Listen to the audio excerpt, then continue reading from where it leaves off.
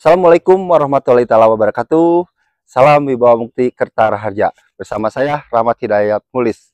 Selamat datang di Raden Channel.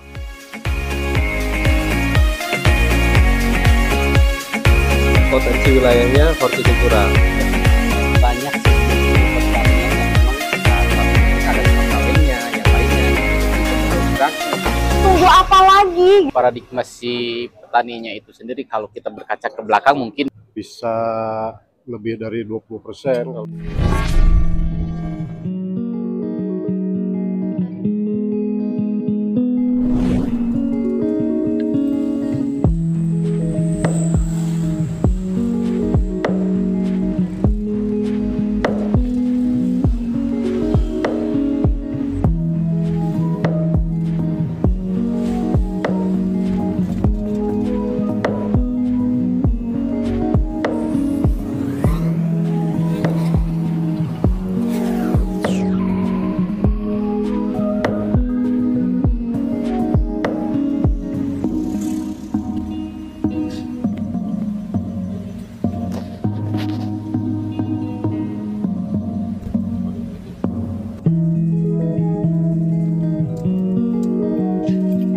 Oke, kita parkir dulu biar nyaman.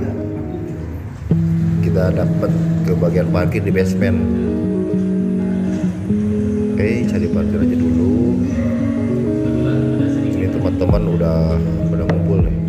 Ada plat merah juga. Oke, kita ke bagian parkir di sini, mungkin di basement di sebelah.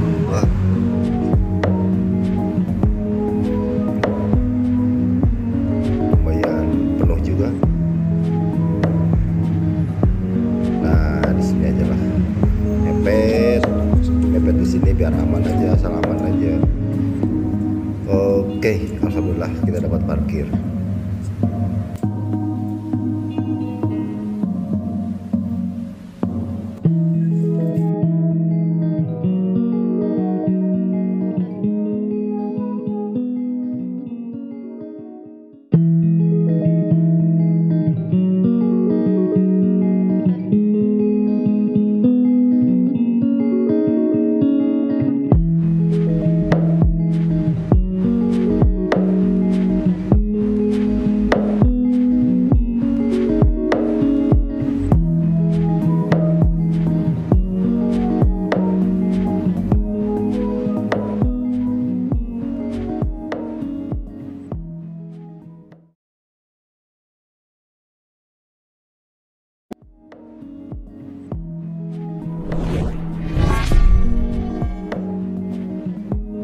Kita tadi sudah mengikuti rapat pimpinan, Pak ya. Kita sudah ada arahan-arahan.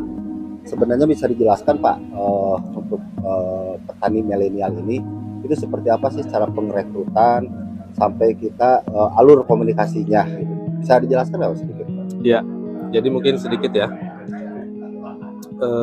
kita ini memang dibentuk oleh Badan BPPSDMP untuk sebagai duta yang nanti tugasnya menjadi contoh pada milenial untuk terjun di bidang pertanian. Memang latar belakangnya semakin kesini kan petani muda itu kurang berminat di bidang pertanian. Kemudian petani tua sudah berkurang dan dikhawatirkan nanti kalau tidak ada regenerasi pertanian ke depan mau dibawa seperti apa. Makanya mungkin dari bagian BPPSDMP ingin mencetak lebih banyak petani-petani milenial. Nah, yang jadi permasalahan kan, Pak, untuk DPA-nya sendiri itu sudah banyak, Pak ya. Tapi sampai saat ini bergeraknya hanya perorangan gitu. Belum secara organisasi yang ditunjuk. Ini banyak pertanyaan nih dari milenial yang direkrut, itu arahnya mau dibawa kemana sebenarnya gitu kan, ke depannya gitu. Itu bisa ceritakan, Pak, sedikit ya, bocoran lah.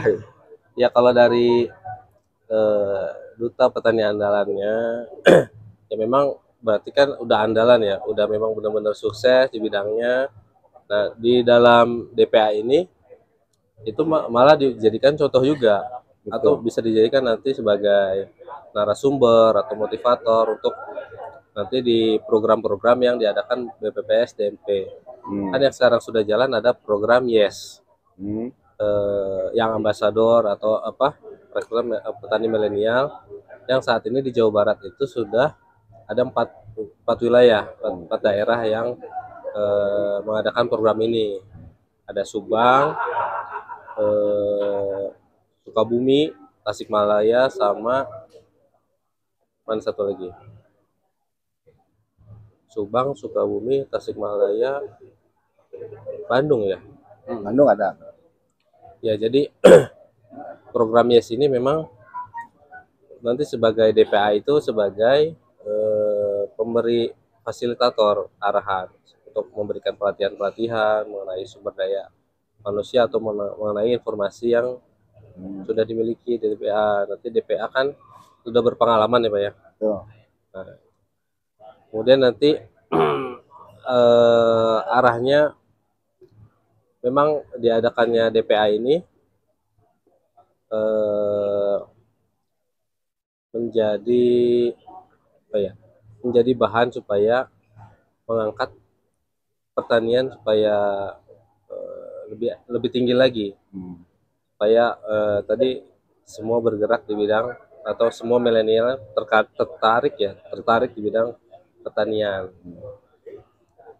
Nah, kalau mungkin gaungnya program ini kan sudah kemana-mana sampai ke pelosok daerah pun petani milenial gitu kan. Ini real nyata untuk mereka teman-teman petani mudanya itu akan dibagaimanakan itu? Apa mungkin diberikan hanya program-program pelatihan saja atau real nyata dikasih apa seperti dana atau memang di sarana prasarana pertaniannya atau itu gimana tuh Pak? Ya, tadi saat ini kan mungkin sudah berapa lama ya sejak SK itu turun kan? Kita masih bergerak untuk memperbaiki data dulu Pak. Nanti data itu menjadi bahan supaya nanti bisa dijual data itu kepada stakeholder terkait. Nantinya data itu akan menjadi program-program untuk masing-masing daerah. Betul. Karena kan setiap daerah ada kelebihan sama kekurangan masing-masing. Misalnya potensinya di Bandung hortikultura. Nanti dalam 1 tahun ke depan ini sampai 2023, Duta Petani Milenial dan Duta Petani Andalan ini akan membuat program untuk masing-masing daerah. Misalnya tadi di Bandung programnya apa? Potensi wilayahnya hortikultura. Ya. Nah itu silahkan nanti dengan komisariat daerahnya atau komdanya membuat program. Nanti program itu yang akan diajukan ke pusat atau ke BPH untuk diarahkan ke stakeholder. Iya. Begitu Pak ya. Terima kasih waktunya. Terima kasih atas informasinya sedikit. Mudah-mudahan teman-teman di luaran sana mendengar sedikit bocoran bagaimana sih petani milenial ini. Terima kasih Pak. Sama-sama.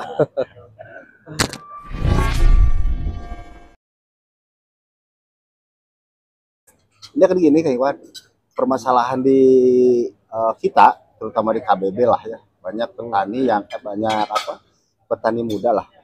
Bukan banyak petani muda, banyak teman-teman kita yang masih muda itu kurang berminat dengan pertanian, gitu ya, karena kesannya rusuh, kesannya kotor, melelahkan dan tidak menjanjikan.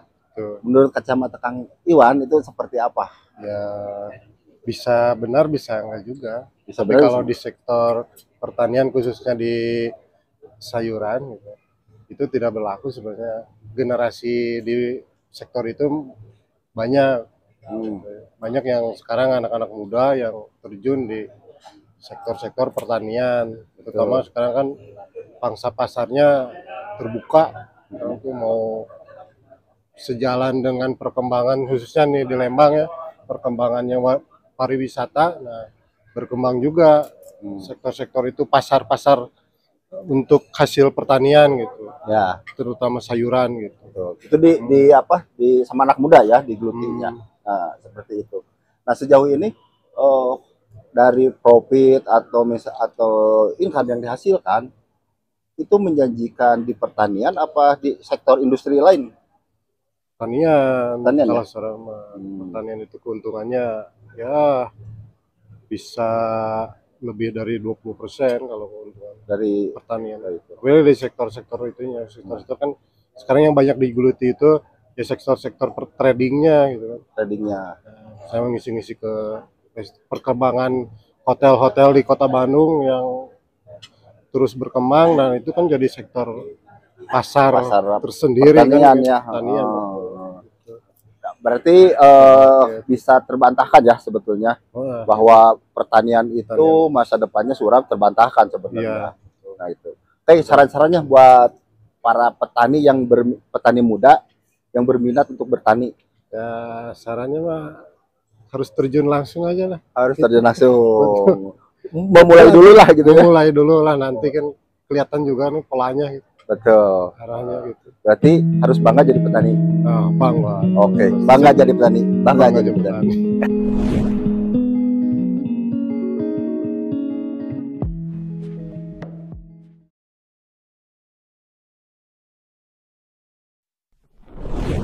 Kita sudah mengikuti rapat pimpinan Lingkup Badan Penyuluhan dan Pengembangan Sumber Daya Manusia Pertanian. Ya, Alhamdulillah Kang Ramdhani dapat penghargaan. Bisa diceritakan nggak alhamdulillah. penghargaan seperti apa? Kalau tadi sih judulnya penghargaannya Duta Petani Milenial Inovatif. Inovatif.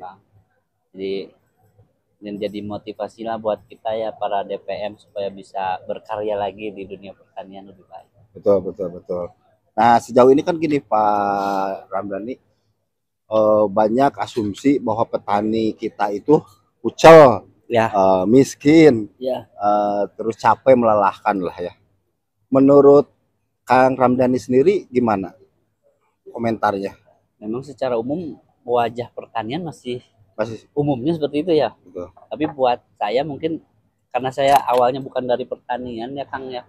Basic saya dari tekstil. Nah, jadi mungkin ada sudut pandang lain ke pertanian. Oh, ada celah nih yang lain gitu, betul. yang bisa digarap gitu. Makanya saya coba belajar pertanian hidroponik awalnya gitu. Dengan pertanian hidroponik kayaknya wajah yang kucel capek itu nggak ada Kang, Nggak ada ya sebenarnya, nggak ada ya. nggak ada. Iya, alhamdulillah. Dari hasilnya juga Alhamdulillah hasilnya juga menjanjikan ya. lumayan lah gitu ya. Oke. Saran buat teman milenial yang lain biar mereka minimal tergugah lah untuk menjadi petani. Kalau menurut saya banyak sisi-sisi pertanian yang memang harus digali lagi ya, dioptimalkan lagi gitu. Jadi kalau misalkan kita tekuni dengan baik gitu ya, dengan sentuhan teknologi juga, insya Allah pertanian menjanjikan hal yang lebih baik. Untuk masa depan tidak suram ya Iya, sebenarnya. apalagi sekarang kan banyak mulut yang harus diisi ya. Jadi otomatis pangan itu jadi kebutuhan yang wajib nanti kita sediakan gitu. Oke. Terima kasih waktunya. Iya, sama-sama. Bangga jadi petani? Bangga jadi petani. Siap. Atur nuhun Kang Dani. Ya.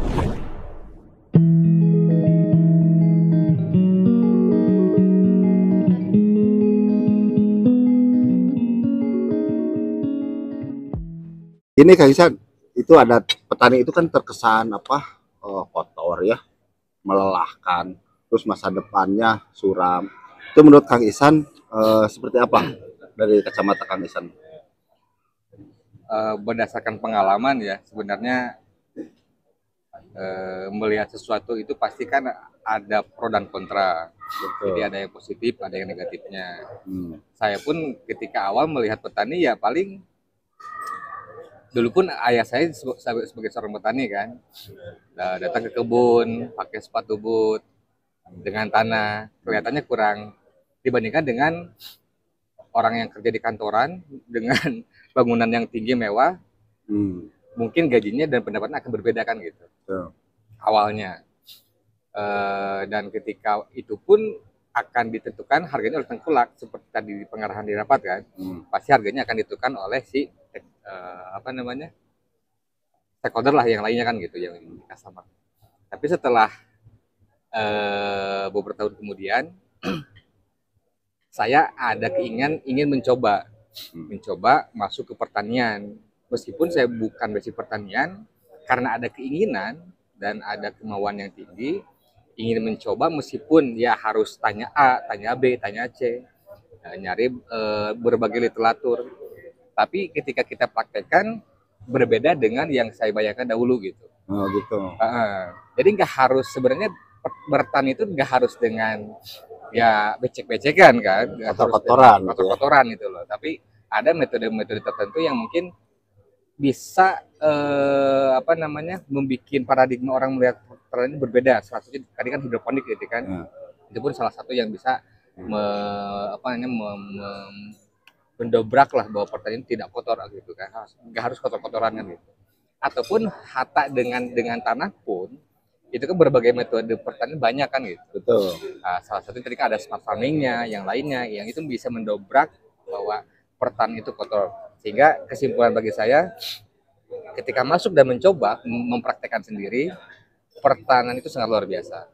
Jadi bagi anak muda yang mungkin masih ya berpikir pertanian itu becek-becekan, kotor dan tidak menjanjikan, saya sudah membuktikan dan hasilnya ya jauh sekali dari yang kalian bayangkan pada saat ini, bahwa pertanian itu adalah yang miskin ataupun seperti apa gitu ya.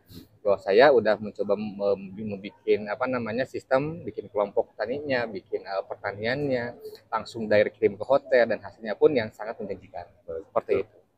Terima kasih Kang Ihsan, luar biasa ini, sangat memotivasi buat petani-petani lainnya. Mudah-mudahan petani milenial yang di luar mau ikut bertani. Terima kasih. Intinya gini sih, Kotoran boleh, itu baik. Kotor itu baik. belum tentu tidak baik. Betul. Karena kan apalagi di Lembang ya, pertanian kan udah menjadi tradisi ya. Ya, Bagusnya tradisi bertani itu memang harus terus dikembangkan sih. betul. Bukan hanya materi sih harusnya yang jadi fokus dari pertanian. Banyak keberkahan lah dalam pertanian. Betul sekali, iya. Terima kasih Kang Ramdan, terima kasih Kang Ihsan. Mudah-mudahan ini menjadi obrolan walaupun singkat tapi isinya padat. Amin. Assalamualaikum warahmatullahi wabarakatuh. Tadi kan kita udah mengikuti rapat pimpinan ya, permasalahan petani milenial.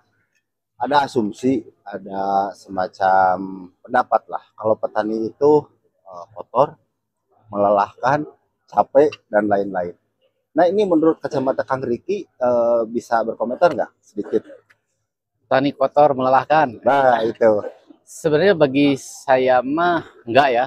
Itu mah tergantung paradigma si petaninya itu sendiri. Kalau kita berkaca ke belakang mungkin iya, karena kita belum tersentuh yang namanya teknologi ya. Betul. Tapi kalau sekarang kan serba digitalisasi ya, petani juga udah nggak mungkin kotor lagi. Sekarang udah nyiram udah bisa dari handphone.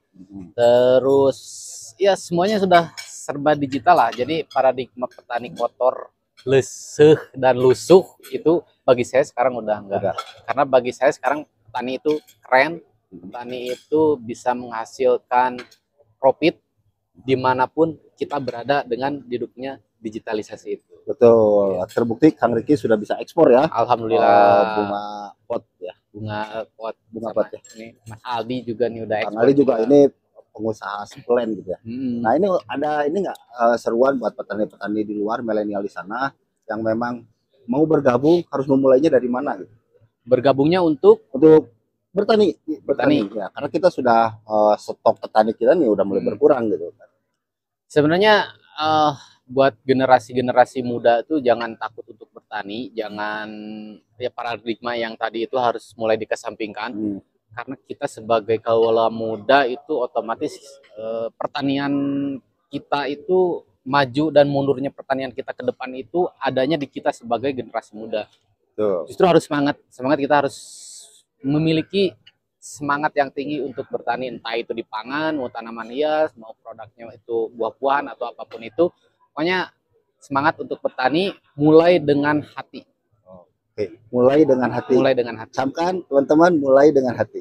Terima kasih. Berarti kita bangga jadi petani ya? Bangga. Bangga jadi petani. Oke. Atur nuhun. Sami-sami. Geden.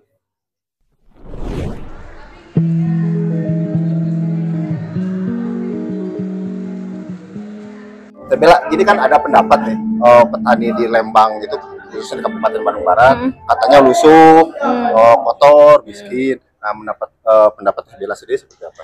Oke, dari aku yang sudah ya, ibaratnya sudah terjun langsung di dunia pertanian, apalagi udah bergabung juga sama Kementerian Pertanian, udah hampir 2 tahun gitu ya. Aku lihat sendiri, terjun sendiri ke lapangan bahwa petani zaman sekarang itu sudah milenial, nggak perlu kotor-kotoran, nggak perlu becek-becekan, semuanya bisa menggunakan dengan smart farming. Betul. Cuman di rumah aja semuanya bisa terkontrol dengan alat-alat. Pokoknya tetap nggak usah takut apa yang dibilang, oh ngapain jadi petani kan kotor kan, nggak ada duitnya gitu. Oh jangan salah, seperti contohnya nih yang sekarang Bella kunjungi sekarang ini, Kang Dodi, lihat nggak cuman dia yang sejahtera, tapi dia mensejahterakan banyak orang, banyak kepala keluarga, hebat kan gitu. Jadi itu efeknya banyak banget. Jadi menurut kalau dari pendapat Bella sendiri itu salah banget Terbantahkan sih. ya? Terbantahkan. Nah, seruan buat para petani milenial biar bergabung untuk bertani, biar mereka ikut serta dalam bertani, seperti apa?